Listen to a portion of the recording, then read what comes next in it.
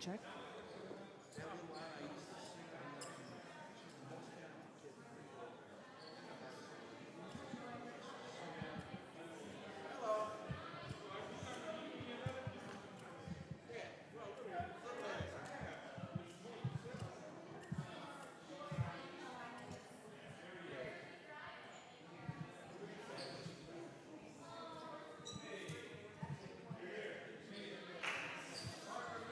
One after this guy. Check. Yeah. Socially.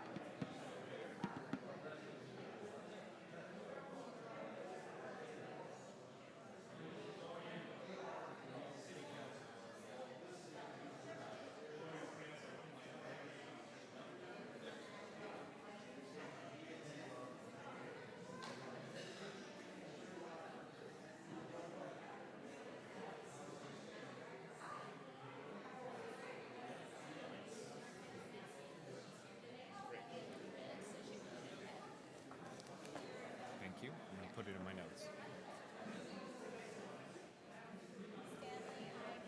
Okay. I said it 100 times to myself. I said vidui with him and I buried him. And not No, no, no. Yeah, I know exactly who he is.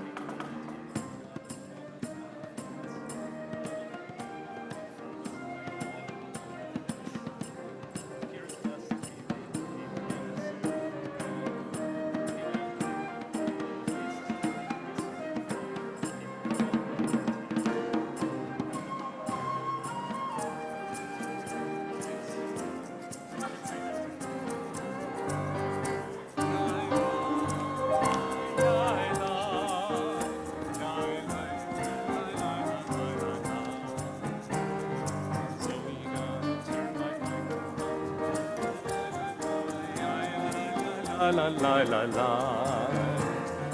Ya la la la la la la la, ya la la la la la la, ya la la la la la la la. Ya la la la la la, ya la la la la la la, ya la la la la la la. Ya la.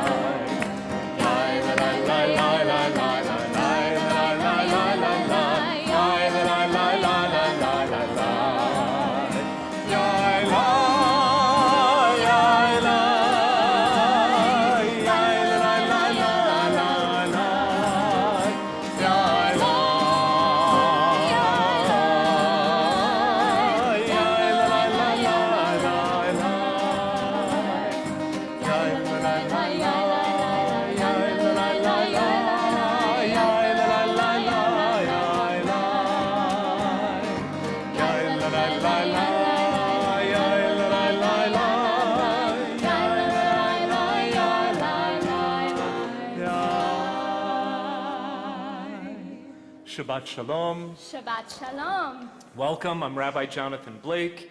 I feel like I need to reintroduce myself. Everybody say, are you the same rabbi? Yeah. So let me explain. There's a very fine line between actively committing to growing a beard and passively committing to not shaving for a long time. I haven't decided what this is, but thank you for all of the good wishes and for telling me that finally I look like a rabbi. Joined on the bima by Cantor Danielle Rodnitsky, by Cantor Amanda Kleinman, and by these incredible spiritual leaders who also happen to be musicians, Pete Malin-Verney, Jerome Morris, and Idan Santos. A little bit before we gathered for Shabbat here in the sanctuary, members of our community, sponsored by the caring volunteers of WRT, gathered for a little bit of mood setting, some music, some shmooze, and some nosh, and especially if you were brought to Temple because you simply wanted to connect and reconnect with your community. We are so, so grateful to see you and grateful that you braved some heavy rain and strong winds and threats of electricity in the air to be with us tonight. We promise that you will be warm and dry and safe inside the sanctuary. Once you go out there, though, all bets are off, so please be safe tonight. This Shabbat incorporates and encapsulates many different themes and messages.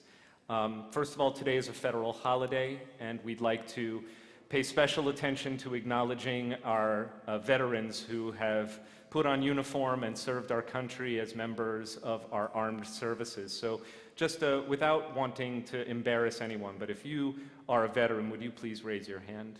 Thank you so much for your service. We're so immensely grateful, and we hope that this Shabbat will be a fitting way of giving honor to your service. We also, tonight, are giving thanks both in person and in absentia to those who serve our Scarsdale and Westchester community through law enforcement, fire services, and emergency medical services. To all of our civil servants, thank you for what you do each and every day. In particular, I want to single out that WRT has an especially close and important relationship with local law enforcement, local fire prevention and fire remediation, and also with our emergency medical services. All of them know our address, and anytime you're here for public worship or gathering or education, you'll see members of our civil services helping us out and being part of our community as well. We are always, always grateful. We're gathering here with a whole constellation of thoughts on what has been happening politically, both in America in the aftermath of the midterm elections, and also the subject of a little bit of mid-service discourse tonight. Instead of a sermon, I'll be privileged to be joined by our congregant, former executive director, and in-house expert on Israel. We call him a mumche, which is the Hebrew word for a real expert. Mumche al Yisrael, Yoel Magid, who will be sharing with me and with us some reflections on the outcome of the most recent Israeli elections, which were a week ago Tuesday, November 1st. And now that the post-election coalition math seems to be coalescing around a real outcome, we'll be able to share what we see and hear from you what you would like to know. This is also a weekend of simcha, a weekend of celebration. Tomorrow morning, our congregant Aaron Anders will celebrate Bar Mitzvah, and we extend our heartfelt mazel tov to Aaron and the Anders Roca family. And tomorrow afternoon, Parker Levy will celebrate his Bar Mitzvah, and we would love for Parker and the members of his family who are here tonight come forward at this time and help us kindle lights for Shabbat.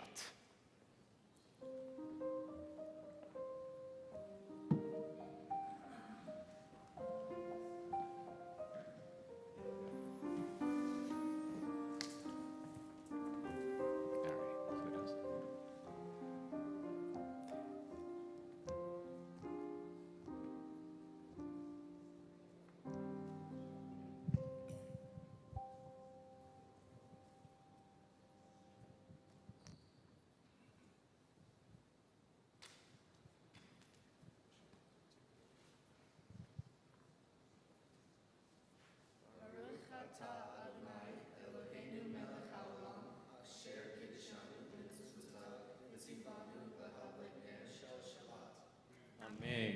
And Parker, we want to say to you a heartfelt mazel tov on behalf of the whole congregation. And we hope that tomorrow, like you have kindled these candles for us tonight, will kindle the spark of ongoing commitment and connection to Judaism and to WRT, so that someday, just a few years from now, you'll be like your big brother Mason, who's part of our 10th grade confirmation class. We wish you Yasher Koach mazel tov, to your whole family. Mazel tov. Thanks.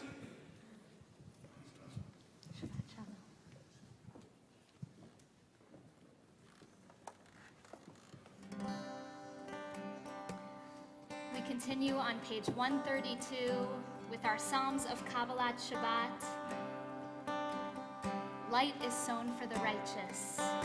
Bum, biddy, bum, bum, biddy, bum, bum, biddy, bum, bum, biddy, bum, bum, biddy, bum, bum, biddy, bum, bum, biddy, bum. You can try that. Bum, biddy, bum, bum, biddy, bum, bum, biddy, bum, bum, biddy, bum, bum, biddy, bum, bum, biddy, bum, bum, biddy, bum, bum, biddy, bum. Bum, biddy, bum, bum, biddy,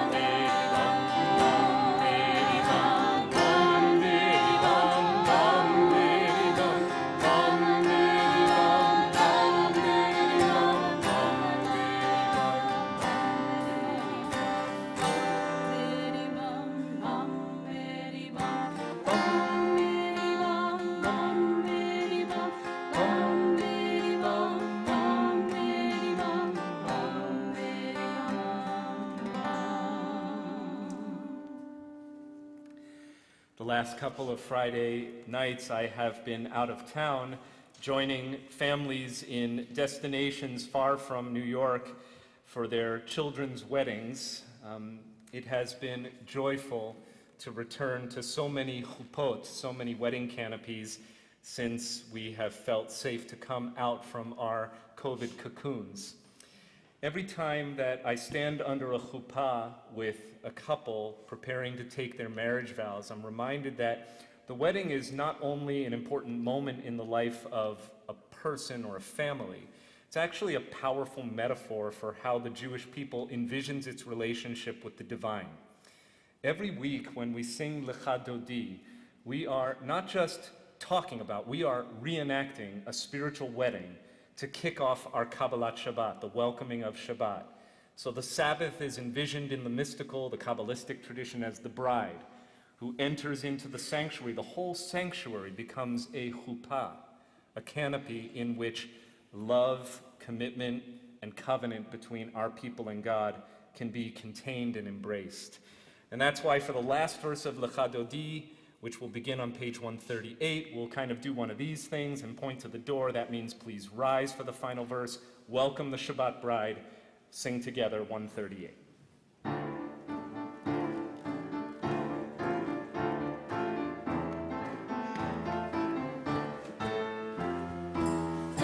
דודי לקראת כלה, יללה, יללה, יללה, בני שבת נקבלה. לך דודי לקראת כלה, יללה, יללה, יללה, בני שבת נקבלה. שמור וזכור ודיבור אחד, השמיענו אל עמנו כאן.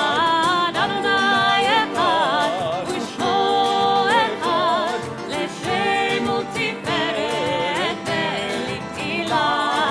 לך דודי לקראת כלה, יללה, יללה, יללה, בני שבת נקבלה. לך דודי לקראת כלה, יללה, יללה, יללה, בני שבת נקבלה. לקראת שבת לכו ונלכה, כי מקור הברכה בראש מקדם בסוכה, סוף מעשה במחשבה תחילה. לך דודי לקראת כלה, יללה, יללה, יללה, בני שבת נקבלה. לך דודי לקראת כלה, יללה, יללה, יללה, בני שבת נקבלה. התעוררי, התעוררי, היווה אורך ומי אורי, אורי, אורי, שיר דודי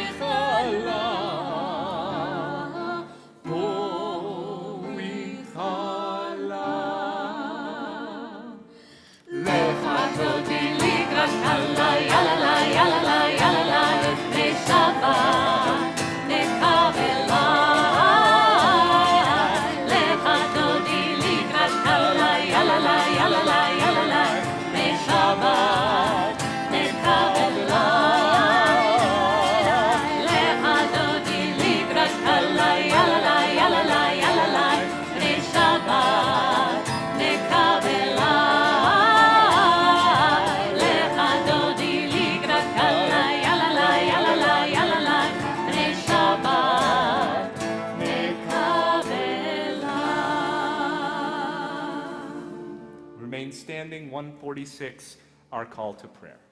ברכו את אדוני המבורך. ברוך אדוני המבורך לעולם ועד. ברוך אדוני המבורך לעולם ועד.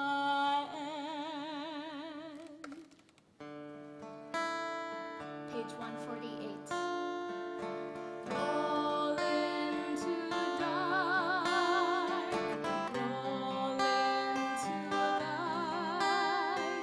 Night becomes day, day turns to night. Roll into dark, roll into light. Night becomes day, day turns to night. Yom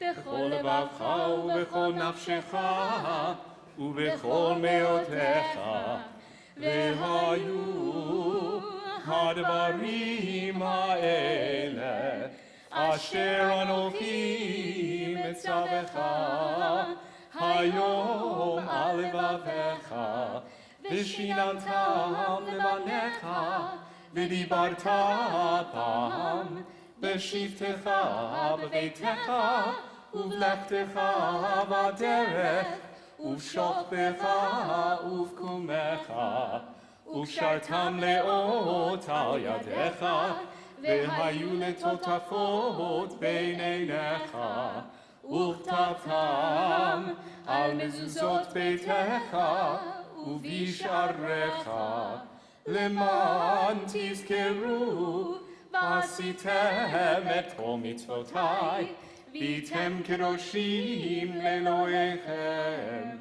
אני אדוני אלוהיכם, אשר הוצאתי אתכם מארץ מצרים, להיות לכם לאלוהים. אני אדוני אלוהיכם. You find the words of Micha Mocha on page 158. The song from which the short song Micha Mocha is extracted is a very long biblical song called Shirat Hayam, the song at the sea, the song the Israelites are said to have sung when Moses and Miriam led them from bondage in Egypt to the freedom first of the wilderness on their way to the promised land.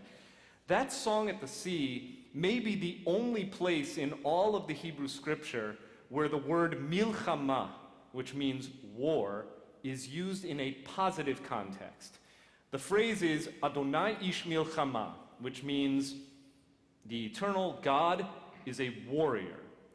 I imagine that for our biblical ancestors, having been enslaved to the Pharaoh for 400 years, completely neutered in their power to do anything, completely reliant on the power of God and Moses' miracles for their deliverance, that they wanted to envision God as a warrior, leading them to freedom, fending off the pursuing armies of Pharaoh. But the Torah, in its wisdom, does not let that be the definitive image, certainly not the final image, that is associated with God. Countless other images in the Torah depict a God of peace. And the rabbis would enshrine this in the prayer that comes immediately after Mi Chamocha, as if to say, don't think that the final word on God is the warrior. Remember that war is just only when it is fought in the cause of peace. Now, we are not living in biblical times where we can count on God to work miracles for us.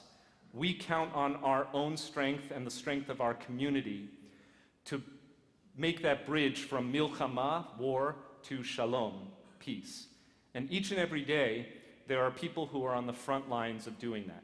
At the local level, our civil servants, those who serve in law enforcement, helping to prevent and put out fires, and those who provide emergency medical services are on the front line turning war to peace, chaos to calm. And at the national level, those who have put on uniform and have served in the armed forces of the United States are honored on this Shabbat, which happens to be Veterans Day. So at this time, if you are or have served as a veteran of the United States or any other country, or if you serve or have served as a civil servant in law enforcement, fire protection and prevention, or EMS, emergency medical services, could you just please stand? And we'll ask the congregation to stand with you in acknowledgement, and we'll sing Mi Chamocha together on 158.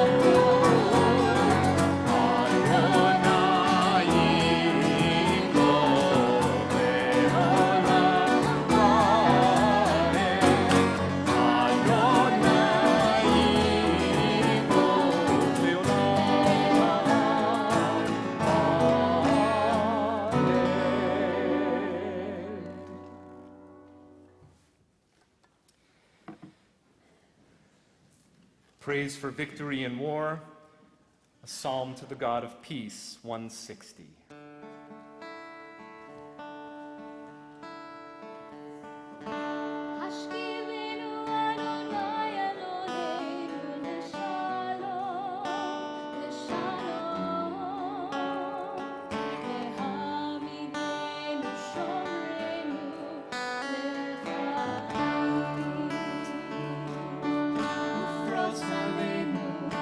Frost aleinu sukkot shlo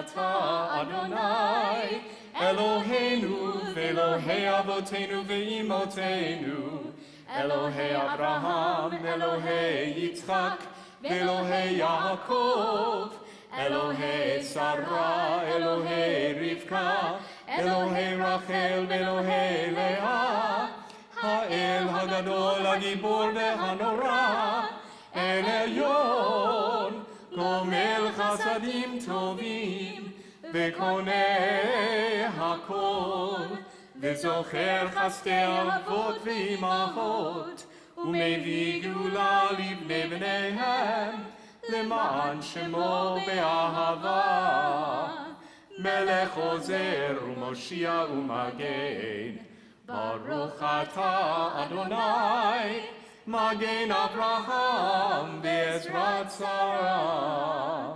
אתה גיבור לעולם אדוני, מחיי הכל אתה רב להושיע, משיב הרוח ומוריד הגשם, מכלכל חיים בחסד, מחיי הכל ברחמים רבים, סומך נופלים ורופא חולים, ומתיר אסורים, ומקיים אמונתו לשני עפר.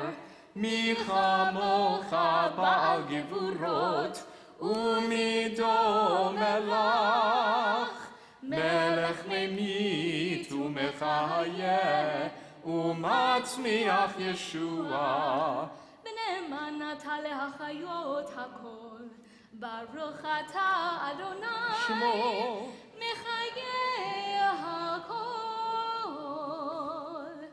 אתה קדוש ושמך קדוש, וקדושים בכל יום יהללוך סלה. ברוך אתה אדוני, האל הקדוש. Take your time and take whatever physical position is most prayerful for you, either standing or seated, to offer prayers from the heart or continuing words from the Siddur.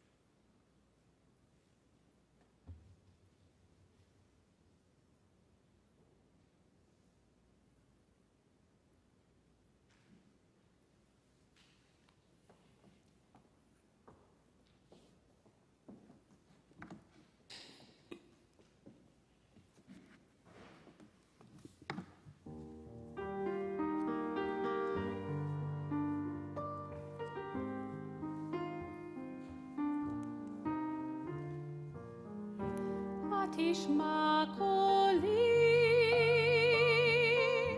רחוקי שלי, התשמע קולי, באשר הנך, קול קורא בעוז, קול בוכה בדמי. ומעל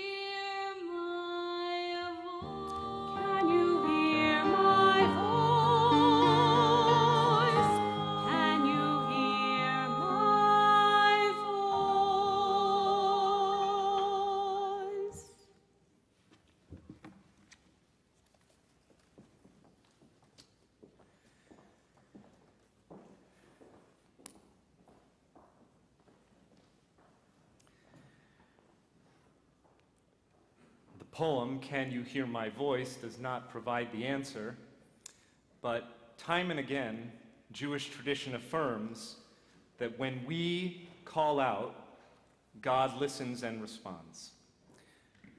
Perhaps the most potent demonstration of this motif is found in the middle of this week's parasha, this week's Torah portion, Vayera. This week's Torah portion concerns the continuing adventures of Abraham, Sarah, and their family. And perhaps among its most famous passages, I'd have to say the most famous passage is the last chapter of the parasha, where Abraham is called to bind his son Isaac on the altar, the binding of Isaac story, which is read on Rosh Hashanah.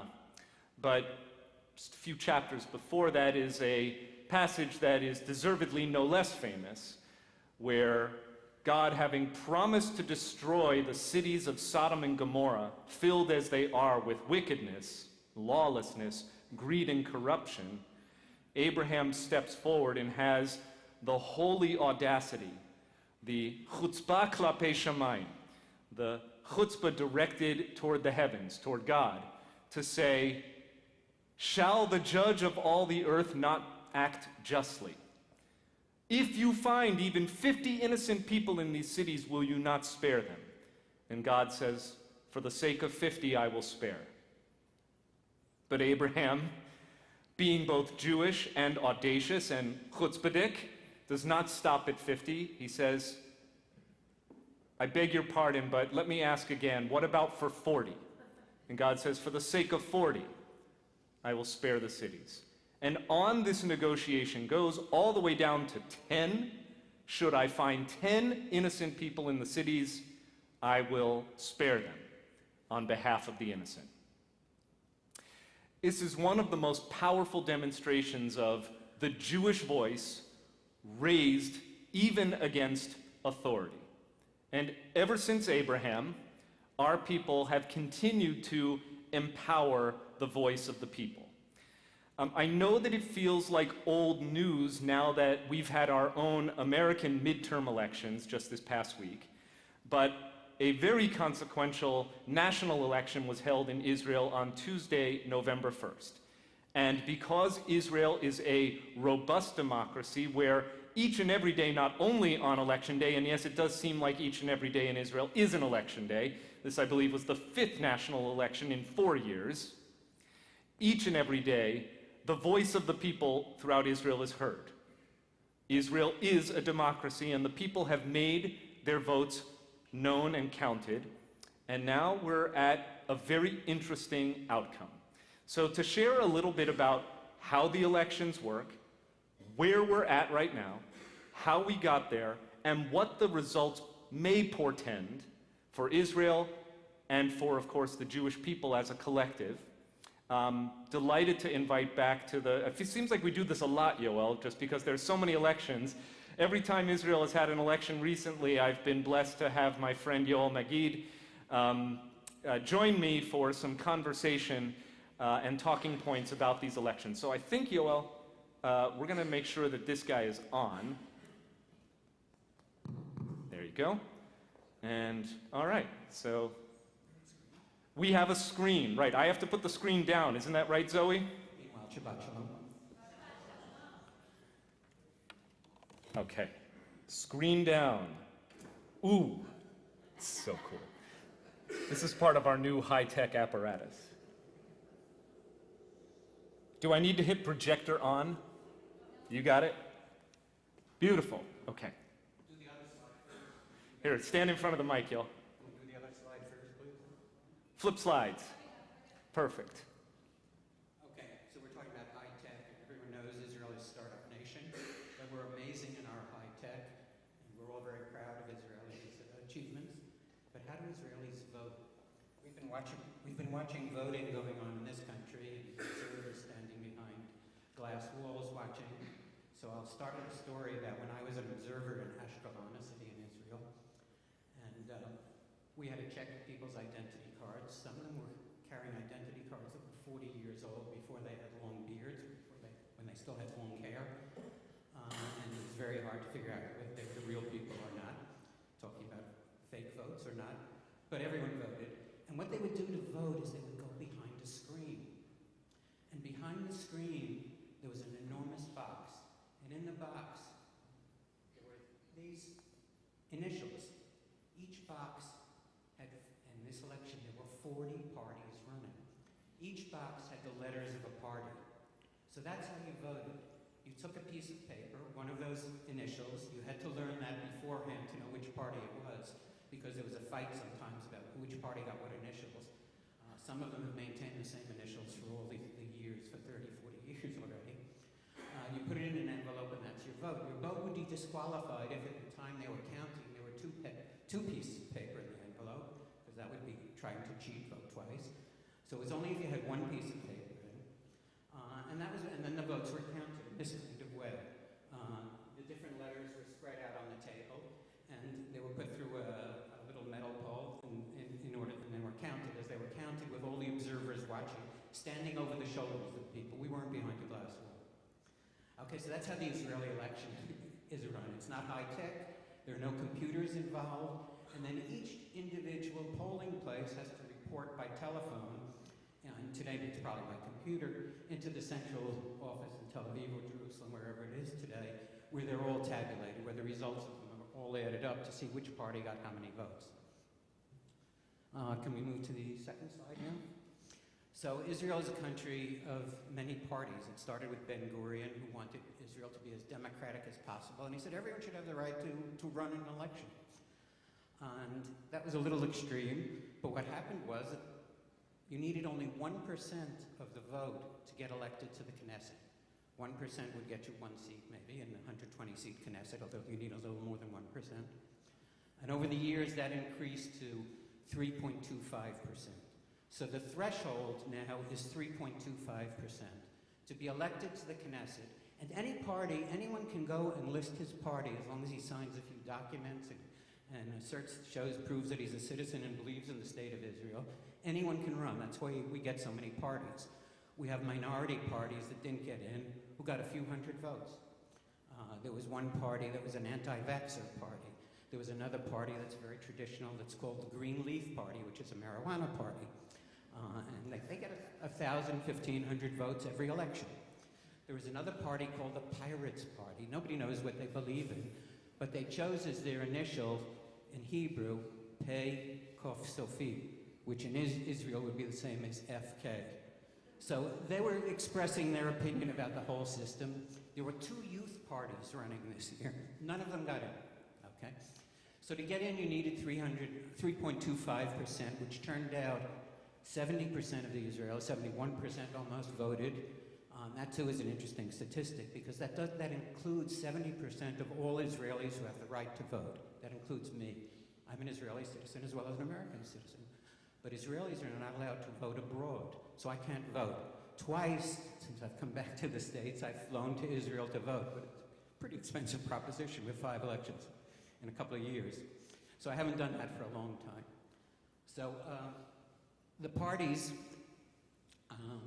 advertise themselves for 3 weeks before the election. It's limited, so that's a good thing about the election things. And people have these flags hanging outside of their houses with the initial of the party on. That's how they show their support. What happened this year, and the surprising result, which I think might surprise you, is that there was no difference in the votes this year and in the last election. 50% of the vote voted for pro-Bibi parties, and 50% voted anti-Bibi parties. The difference was that there were a few parties who didn't make this 3.25% cutoff point, the threshold. One of them was an old leftist party, Meretz, and they got 3.16%. They were 3,000 votes short of getting into the Knesset. If they had gotten into the Knesset, 3.25% means 4 seats. That would have changed the whole picture. One of the Arab parties, and there were 4 Arab parties running this year, one of the Arab parties missed by 20,000 votes or 18,000 votes. So they didn't get in either. The total number of wasted votes was 8.7%. In other words, 8.7% of the population that voted for parties that didn't make it into the Knesset. That's a lot of wasted votes, and that's a record. It was never this high before. So what happened was that fewer parties got elected, and we can see on this slide that 10 parties out of the 40 that were running got into the Knesset. Bibi won, the Likud, the biggest party, won with 32 votes, but that's not enough. Israel is a parliamentary system, so you need a majority to be elected prime minister. You're elected by the Knesset. By the way, when you vote for a party, if you ask anyone who's voting, they will probably know the first name on the list of the party they're voting for and the second party. You don't vote for individuals, you vote for a party. So when you vote for a party, you might be voting for people you never even heard of. It's a crazy system. And then each party has its list or its slate of people who will sit in the Knesset proportionally. So in Likud, Bibi is seat number 1, which means that if Likud is the party with the greatest number of seats, Bibi gets the first seat. And then down the line, but it gets cut off. If you're seat number 33 in Likud, sorry, you don't sit in the Knesset. There was even an election about 20 years ago where the party did so much better than it expected. They didn't have enough people on their list. They had after the election to add party names to the list in order to cover the amount of votes they got. They were so surprised. So the results of this election, which are so upsetting to so many American Jews and Israeli Jews and people around the world, and we'll get into that in a little bit, were that Bibi was supported by 4 parties. His own party, the Likud, which was the largest party, and then by 3 Orthodox, 2 of them ultra-Orthodox parties. The ultra-Orthodox parties received 11 and 7 votes, so they received 18 seats in the Knesset, okay? And the new party that everyone's really upset about, headed by a guy named Ben Gvir, who we'll talk about in a while, we'll have to, got 14 seats.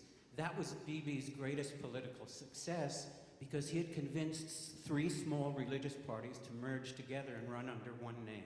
This is the way you get above it, because he was worried that one of them wouldn't get above the 3.25%. So by coercing them, convincing them to run together, he succeeded in getting them, and they succeeded much more than he thought. Okay? The ultra-Orthodox parties succeeded beyond their own expectations and their wildest dreams. Why? Because the outgoing government in Israel was made up of 10 different parties, including an Arab party, which was very shocking for a lot of them, but it also had a conservative Jewish bent to it, a modern Orthodox bent to it, and they changed the laws of kashrut a bit. They cut down on the subsidies for yeshiva students, and a whole series of issues that really upset the ultra-Orthodox. So they got their vote out. If 70% of the Israelis, of the total of Israelis voted, it was probably 85 or 90% of the ultra-Orthodox who voted. So they got more than representation. Arabs, who represent 20% of the Israeli population, got only 10 seats in the Knesset.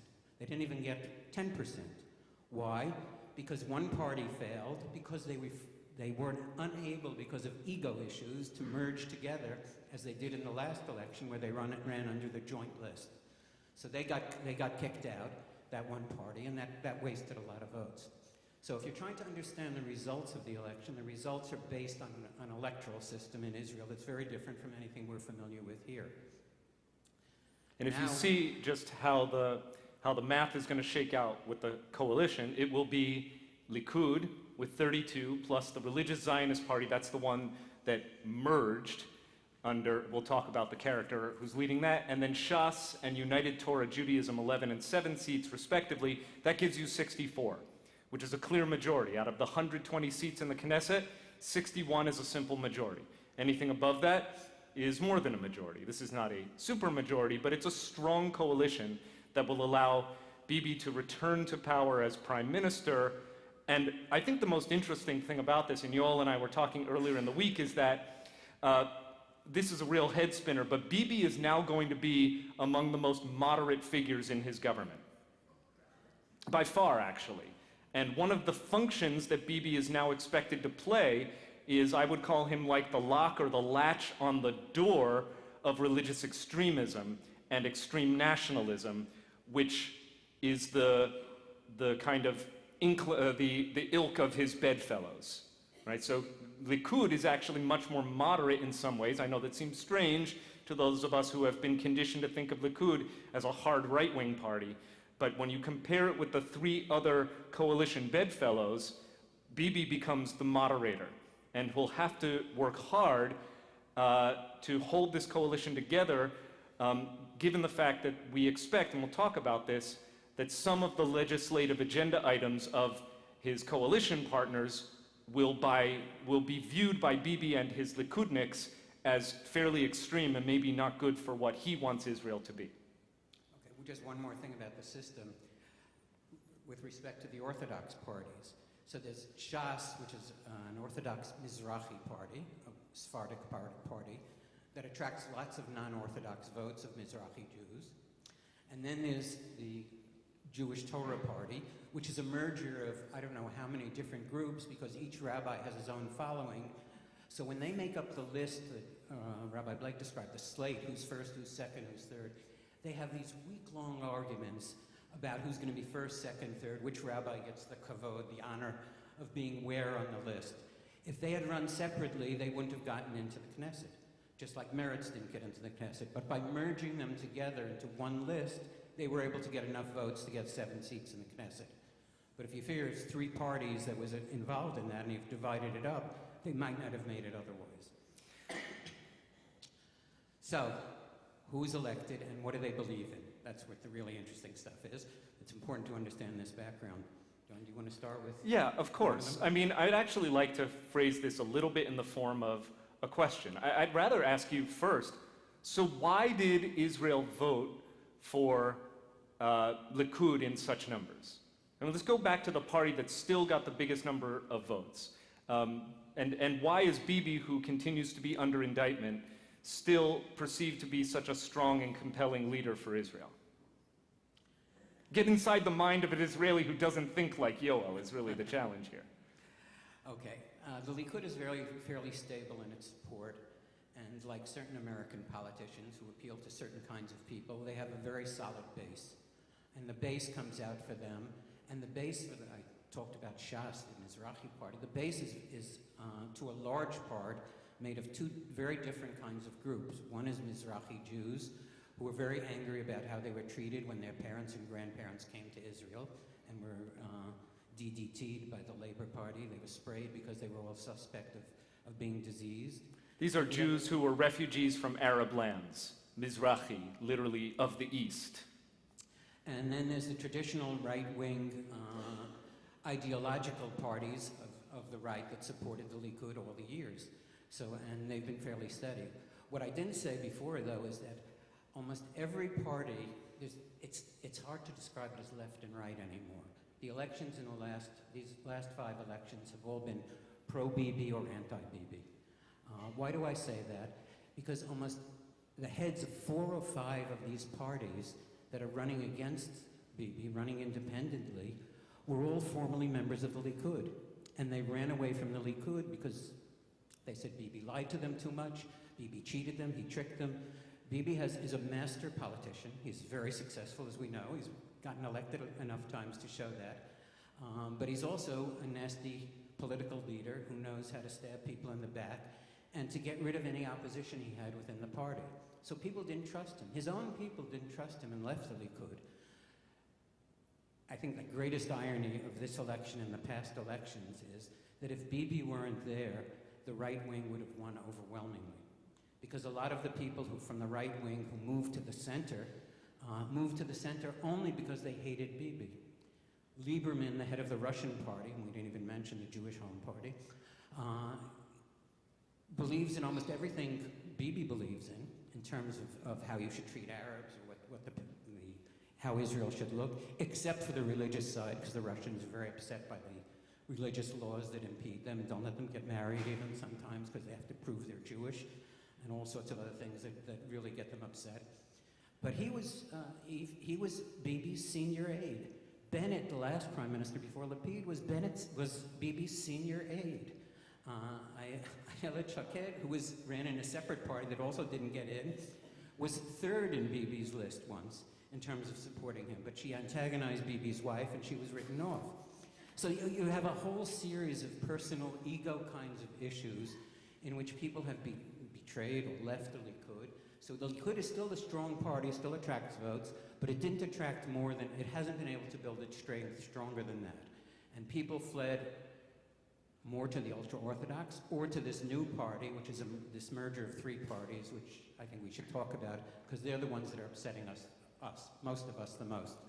Right. So, in terms of the people who are cheering this, some of them are making their vote because of Bibi's personal magnetism, because of the way in which Bibi has curried favor with the Mizrahi parties, with those who are of Arab descent, meaning coming from the Arab Middle East in their ancestry, which is very broad. I mean, it goes all the way from Morocco to Afghanistan. Bibi is also seen as strong on Iran's ambitions of regional hegemony and sponsorship of terror in the region. And Bibi can vote on, or Bibi can campaign on his track record of having avoided or minimized conflict, foreign conflict, war. Those are things that I think appeal to Bibi voters. But I think it's also important that we get a little bit into just who's going to be vexed, troubled, or deeply unsettled by this election in Israel. I mean, we can talk about what this means for the American Jewish community and the American Reform community in particular. But in order to do that, just a few minutes, Yoel, could you just share a couple words about that merger of the three and who the figure at the head of that alliance is? Okay. Before that, one more sentence on the ultra-Orthodox parties. They won 18 seats in the Knesset, but not one woman is on their list because they won't allow women to run. So that's important to remember. So this coalition that Bibi is going to build, it's 18 of the ultra-Orthodox, 14 of this religious Zionist party, it's called the religious party, and another 5 or 6 Orthodox members of Likud. 40 of the 64 members of the Knesset, of the coalition that's going to be running the country until the next election, are very Orthodox or ultra-Orthodox. Let me put it that way. Now, this new party that emerged this year, this merger of three parties, it's led by a guy whose name is Ben Gvir. He was not allowed to serve in the Israeli army because he was too extreme, and they were afraid to give him a gun. I'm not exaggerating. He had in his living room of his house a picture of Baruch Goldstein. You remember who that is? He slaughtered 29 Arabs who were praying in a cave. He went in with a machine gun and killed them all until the ones who were alive managed to get Purim of 1994. So this was a long time ago. He celebrates every year Kahani's birthday. For those of us, most of us here are old enough to remember who Rabbi Kahani was and how extreme he was in his views and in his racism. Recently, this guy has said, and I'm quoting him indirectly, not directly, but he said things like, disloyal people living in Israel should be deported or relocated. What does that mean? It means, someone asked him, what does disloyal mean? He said, well, if you throw a firebomb, you're disloyal. Okay, that I buy. If you throw stones, you should, that's disloyalty. He completely forgot that the stone throwing started in the religious community against the police, and he's certainly not going to deport any of them or come critical of them. So it's an anti-Arab statement. He went to a demonstration a week or 2 weeks before the election and pulled out a gun and said to the soldiers they should shoot the Arabs demonstrating. That's the way of quieting Israel down and bringing calm. So he's as extreme as you can get. He's the head of a party that's forming the coalition, so he's going to be in the cabinet. Whether he's going to be Minister of Education, he's hinted at that, because then he could influence the secular education where children aren't educated enough in traditional Judaism. By the way, every Israeli child studies the Bible and Tanakh every year in school, and they have to pass a matriculation exam. It's not that the secular schools don't study it, but he says they're not getting enough, they're having too many liberal teachers. You can associate that with things happening in this country. So that's the level of his extremism. Or he might be in charge of the Defense Department. Can you imagine a guy who wasn't allowed to serve in the army being in charge of the Defense Department, or what we call Homeland Security, public security? This is really frightening stuff. Frightening stuff not only for the Arab community in Israel and on the West Bank, two separate communities, but also for Jews who might disagree with the government and how they'll be treated. I was going to say there are populations that are concerned in Israel. The LGBTQ population is concerned about religious extremist legislation that will further marginalize them. We do have a lot to celebrate about how Israel treats its LGBTQ community, but it's on a razor's edge. I mean, gay marriage is not legal in Israel, just for your reference. And the LGBTQ community is concerned about their rights being marginalized. Obviously, those who have advocated for the equal place of women in Jewish religious life, equal place of non-Orthodox Judaism, of Reform and Conservative, that's of course a core issue for us, Westchester Reform Temple, but our movement, our Reform movement, both here and the Israel movement for progressive Judaism, which is the Reform movement in Israel, we're going to be very vigilant about potential legislation and action that will infringe on strides toward equality. And I would say also, in addition, of course, to the Arab population's concerns about further legislation that will privilege Jewish rights over Arab rights. And we're not even talking about West Bank Palestinians. We're talking about the 20% of Israeli citizens, passport-holding Israeli citizens who are not Jewish, who are Arab. So there are lots of concerns from those communities. And the last group that I've really been thinking about are those Muslims who are concerned about what's going to happen on what we call the Temple Mount, what they call Haram al-Sharif, the noble, the shrine, the Al-Aqsa Mosque, the noble dome, and the Dome of the Rock. There are members of this coalition who have already talked about, wouldn't it be great to build a synagogue on the Temple Mount? Why can't we expand the hours and days of the week when Jews are praying on the Temple Mount? And, for somebody like me, it's not that I'm not about religious equality, it's that I believe that this is all a harbinger of deep unrest, potentially violent unrest, surrounding the Temple Mount and the religious extremism that the Temple Mount has tended to be a lightning rod for that kind of extremism. So, and these are some of the things that we know legislators who will have a vote and maybe even a ministry in this new government will be concerned with. And there are plenty of others as well. Anything else? These are things they're talking about. It's not things that we're making up. They're saying it out loud. The second on the list, on Ben Gvir's list, said, "I'm a proud homophobe." He's not denying it or he's not pretending. There's no hypocrisy involved. They're very outward in saying what they believe in and what they want to do, including praying on the Temple Mount. And the one final issue that we didn't mention as a larger issue is the judiciary system in Israel, right, where they also have said they want to pass a law that the Knesset, with a 61-vote majority, can overturn any judicial system and judicial decision made by the Supreme Court. This means that any judge or Supreme Court in Israel that's trying to protect civil rights or the rights of minorities can be overridden by a simple law in the Knesset. It's saying the Supreme Court has no power. It's the end of division of power in Israel in order to perpetuate their own control and their own rules. And Israel's Supreme Court has done an extraordinary job of standing up for and validating and continuing to enforce the rights of the vulnerable, the minorities, the non-Orthodox, the non-Jewish population of Israel. And we're very proud that there's an Arab on the Supreme Court, an Israeli Arab on the Supreme Court, and has been for years. Right, but the view of some of the people who are in power or will be in power in this next coalition is that the Supreme Court has too much power and that it should really be up to the Knesset.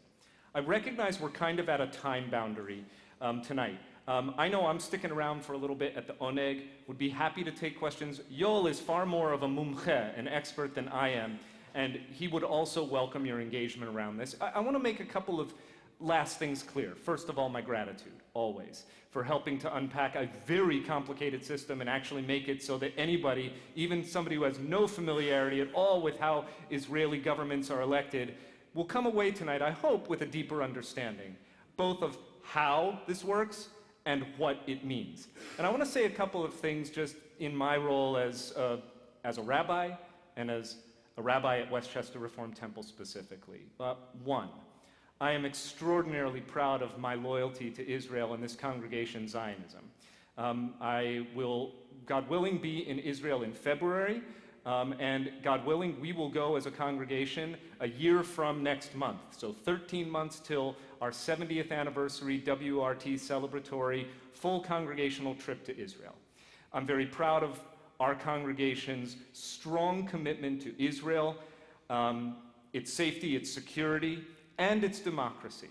And I want to make it clear that I really believe, and I would say this about America and our election, I really believe that in recent elections, not just here and not just in Israel, but in so many countries across the world, in the West, in the Middle East, in the Far East, democracy is what is on the line these days.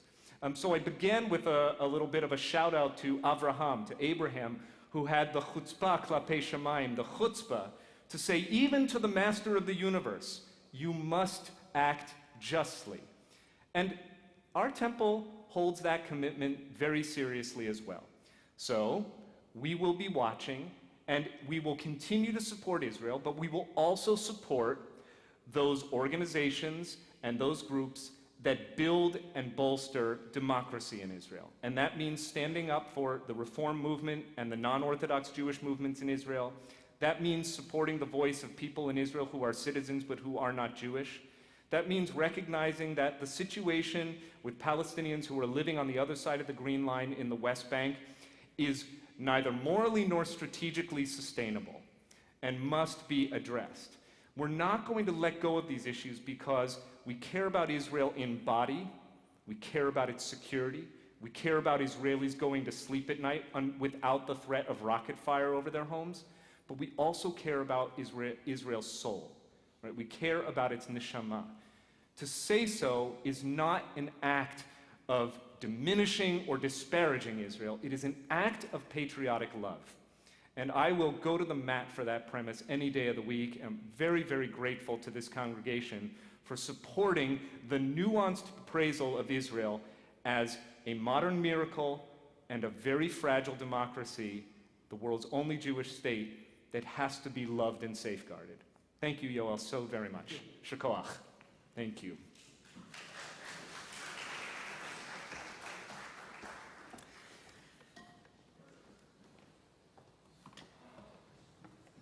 Thank you, Zoe, for the tech. Appreciate it. We'd like to take a moment to acknowledge the people in our community and in our lives who long for healing, healing of body and the strengthening of spirit.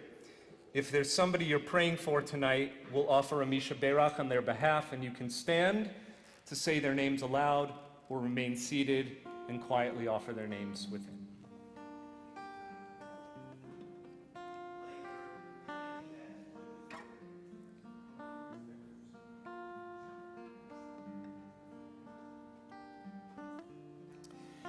Our community also prays tonight for Jennifer Leventhal, Roberta Friedman, Jeffrey Millman, Yochanan Ben Sipora, Marilyn Weiner, Judy Balsam, Esther Bat Mechel Varezel, Leah Bat Nina Bat Binyamin, Rachel Brucha, Lisa Schneider, Bruce Sharkey, Steve Grodzinski, Grace Neidish, Ashley Norfleet, Tony and Gina DeLappa, Matthew Atwood, Anthony and Elizabeth Dankner, Debbie Kapnick, Nicole Schusse, Neil Glasgow, Leah Greenspan, Masha Batsora, Andrew Goldstein, Ken Master, Emily Marshall, Chava Batsara, Eliyahu Chaim Ben Fredel, Sheila Fried, Malka Tzipora Bas Rochel, Tamar Bat Malka, Debbie Greenfield, Bonnie Shapiro, and Heschel Meir Ben Davida Chana, together with all whose names we are quietly offering.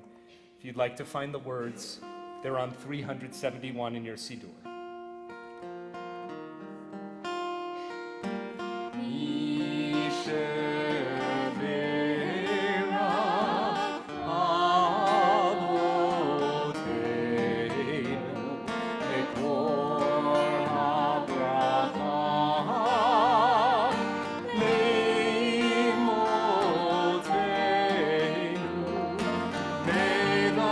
Source of strength.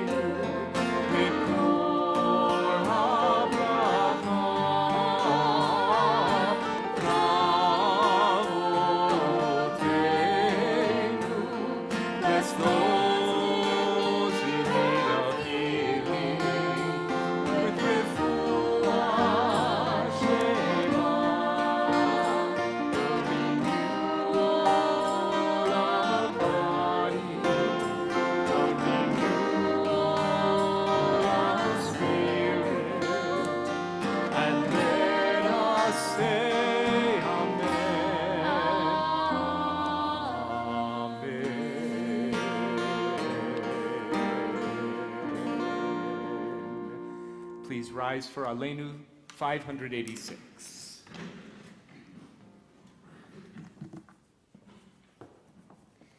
Aleinu leshabeach ladon hakol, latet gerula liotzer breshit, shelo asanu kigoye haratzot, velo samanu kemishpechot ha'adama, shelo sam chelkenu kahem, vegor aleinu kechol hamonam.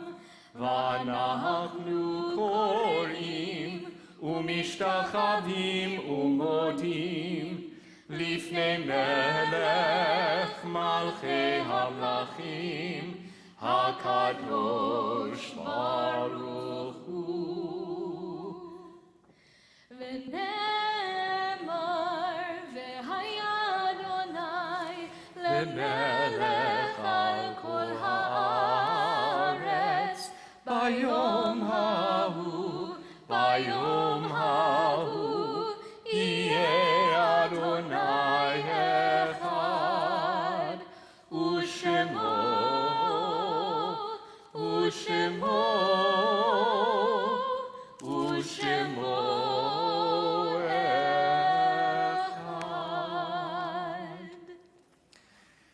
The meditation I will share before we offer the mourner's Kaddish is a testimony that was provided by an eyewitness to the Nazi pogrom of November 9th and 10th, 1938, known in collective Jewish memory as Kristallnacht. It was commemorated just yesterday and the night before.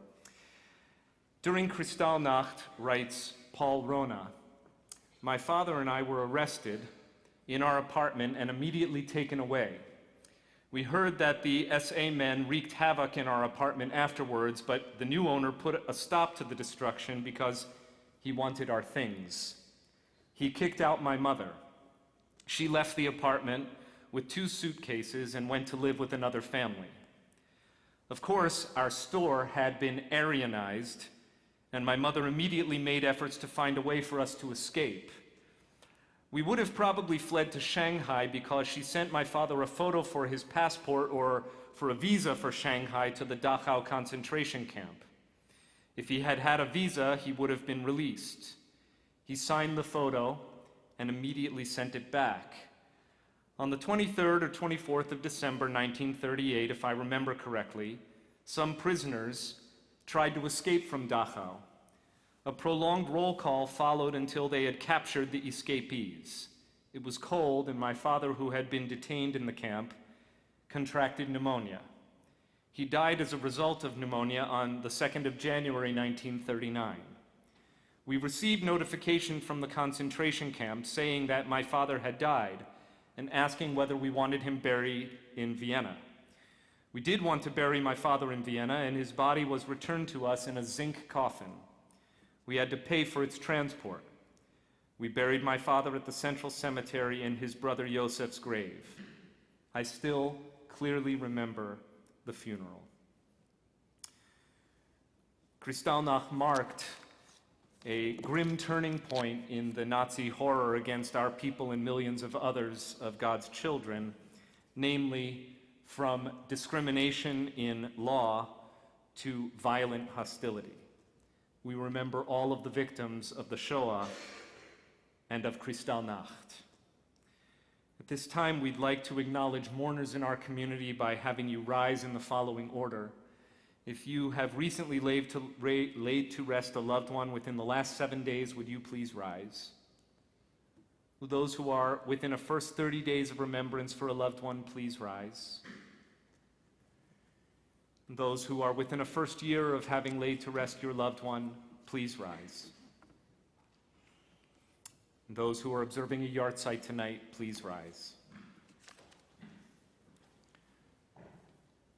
And let each of us stand together in sympathy, in fellowship, in remembrance of the victims of the Shoah, and in solemn acknowledgement of those veterans who laid down their lives in sacrificial service for our country.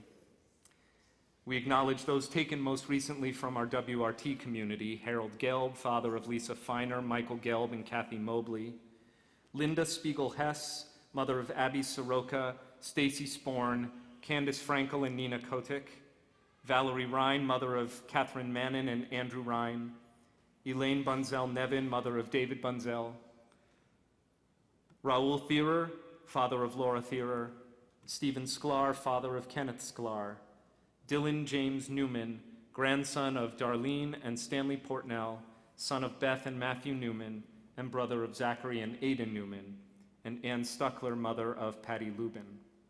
And those whose yahrzeit we remember tonight: Max B. Ackerman, Sylvia Ackerman, Leon Atkind, Nathaniel Bard, Pearl Berenson, Howard Young, Harold Burns, Barney Litt, Beatrice Blackman, Joseph Block, Hubert Elkins, Herbert Feldman, Dina Forsheimer, Paul Forsheimer, Adele Friedman, Ruth Graff, Harold H. Griebel, Juliette Grobstein, Blair Grumman, Irene Halleckman, Jules Jager, Betty K. Capel, Stanley I. Kaplan, Saul J. Kaufman, Paul Kenner, Irving Klein, William Kruppman, Ronnie Libertoff, Sonia Loft, Edna Lewis, Frida Marks, Irving Marks, Rosalind Meltzer, Julius Michaels, Semyon Mitnick, Bernard Potak, Barbara Tashik, Roy Raisin, Jake Rimland, Moises Rudnitsky, Louis Rubens, Linda Schechter Giovi,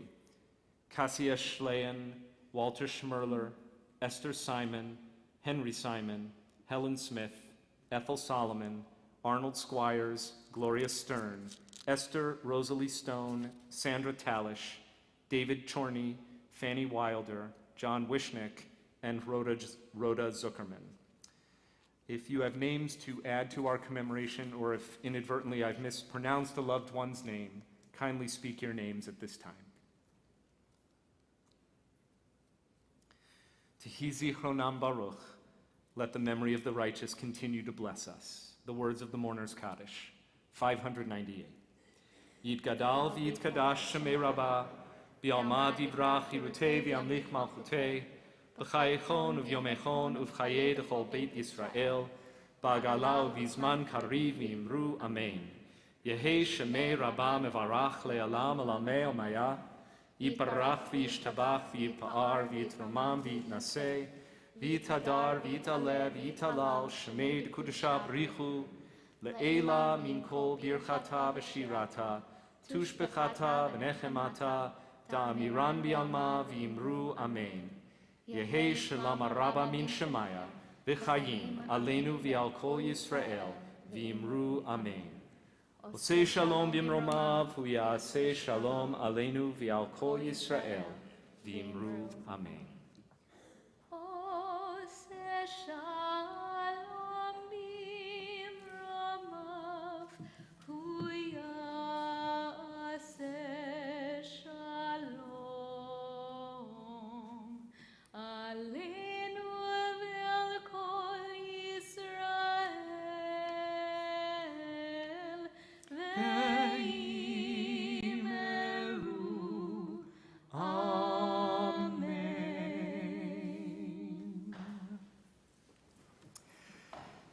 These are our announcements. First of all, many thanks to our greeter tonight, Mike Rahimi.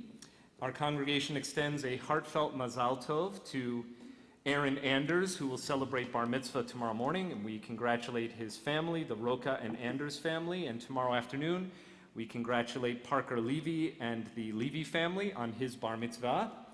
Torah study will be held in person in the Sifriya. You can also zoom in kind of more passively at 9 a.m. Sharing Shabbat is going not to be held this weekend on account of the holiday weekend. Enjoy the holiday weekend. Sunday morning at 10 a.m. for bagels and a talk at 11 a.m. The MRJ, the Men of Reform Judaism of WRT, invite you to a Sunday morning breakfast talk with Bruce Beck, our congregant and NBC lead sports anchor, who is now in his 25th year with News 4 New York, is the host of Sports Final and the host and sideline reporter for the New York Giants preseason. Rabbi Bacon will be teaching her Musar class, which is really about spiritual growth and ethical awareness, this coming Thursday, November 17th, over Zoom at 6:45. If you haven't yet had that kind of wonderful interaction with Rabbi Bacon, please get to know her that way. Do you want to say a word about the Hootenanny? There's a Hootenanny, a group sing. It's happening in the city at Congregation Rodef Shalom on the Upper West Side. Join me there either in person or via live stream. All the funds for the tickets to attend or to watch will raise money for URJ camp scholarships to send our kids to Jewish camp. It's going to be a wonderful night of Jewish music on Thursday at 7 p.m. And as if that weren't enough, Cantor Kleiman, could you say a word about what sounds redundant to me, an afternoon of music and joy? Sunday, November 20th, right here at WRT. What's happening? It's going to be joyous music. So WRT will be hosting a cantorial concert of cantors from all throughout Westchester from the cantorial organization called Kol Chazanim. The concert is sponsored by the Westchester Jewish Council. It's held every other year, and we are very excited to be hosting it. This is Sunday, November 20th, and I believe the concert begins at 4 o'clock. Is that right? I think that's right. Okay. Double check your e-blast and maybe don't trust either of us, but we look forward to seeing you there. We'll end our service by singing Osei Shalom. Please rise.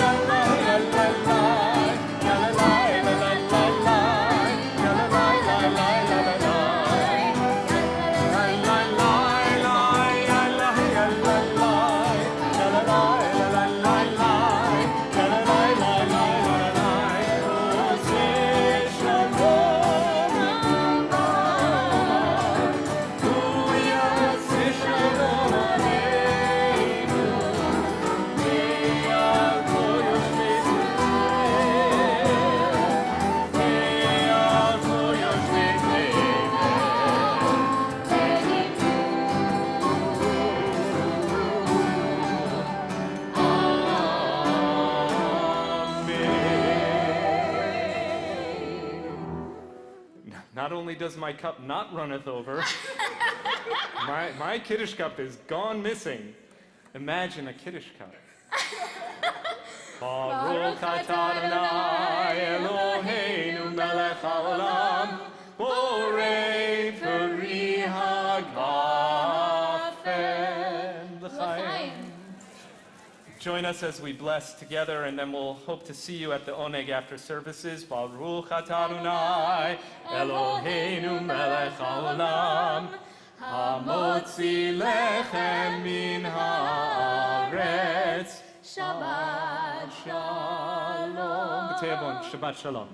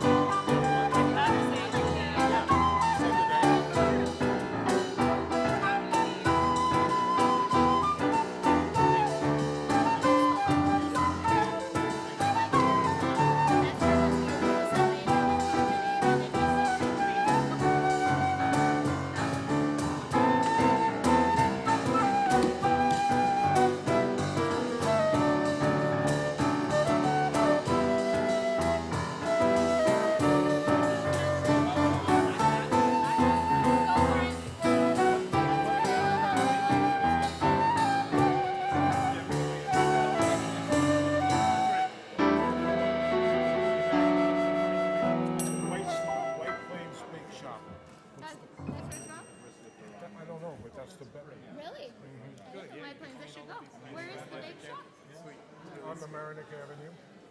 Rabbi, Hi, Bob. what needs to be fixed on that? Someone told me that you told them Alan. Oh, the art?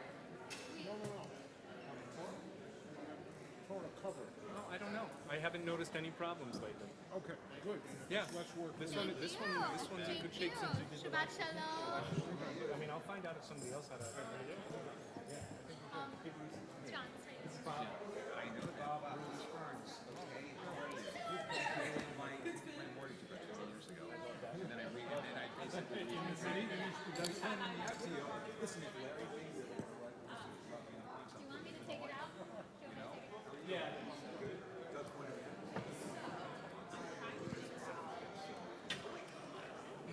He got better when he went and said something to somebody about the cloud. Hi, Joe.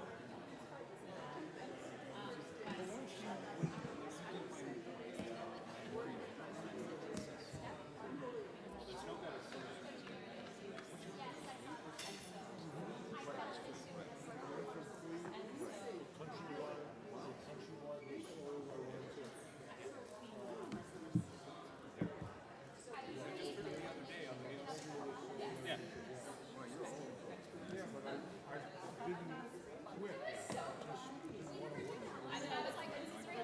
Anyways, good seeing you. Let's find out. All right. Bye, JD. Good seeing you. Oh, it's a Wednesday. Thursday. Yes, Wednesday. Yeah. Okay. Amazing. That's incredible. Well, Andrew and I are in talks about him doing a special celebratory presentation here for us at being our keynote speaker.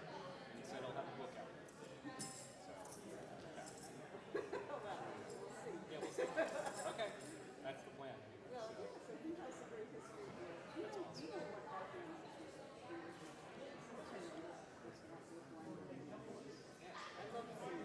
She's such a spitfire. She came up and said, if you think that I'm getting up on that stage to say hi to you, we've got another, I'm like, Judy, it's just the best. Thanks, Zoe. Thank you. Good to be with you tonight. Memories of him. Yeah. I've been studying him for life. Yeah, it's fascinating. Yeah. Anything I can do. I just called it to Karen. They're going to sign me in. I won't be insulted if he doesn't, but I'd be thrilled if he does. RabbiBlake@gmail.com. My usual